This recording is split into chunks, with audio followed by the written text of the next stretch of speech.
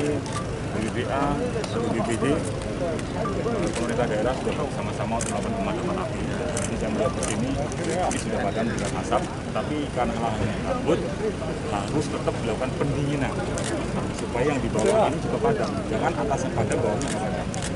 Saya sudah sampaikan kepada Pak Bupati tadi, kita di sini masih ada alat-alat yang kurang, segera dilakukan pengadaan peralatan. Jadi kita inventarisir lagi permasalahan-permasalahan yang kita hadapi dalam rangka penanganan karhutla. Dan kita juga akan melakukan penegakan hukum terhadap para pelaku yang melakukan pelanggaran hukum, melakukan pembakaran lahan dan hutan. Kita sendiri. Saya yakinkan saya akan tidak tegas. Saya akan tidak tegas. Ada imbauan kepada jajaran Polres Kabupaten Kota terkait penegakan hukum. Jangan ragu.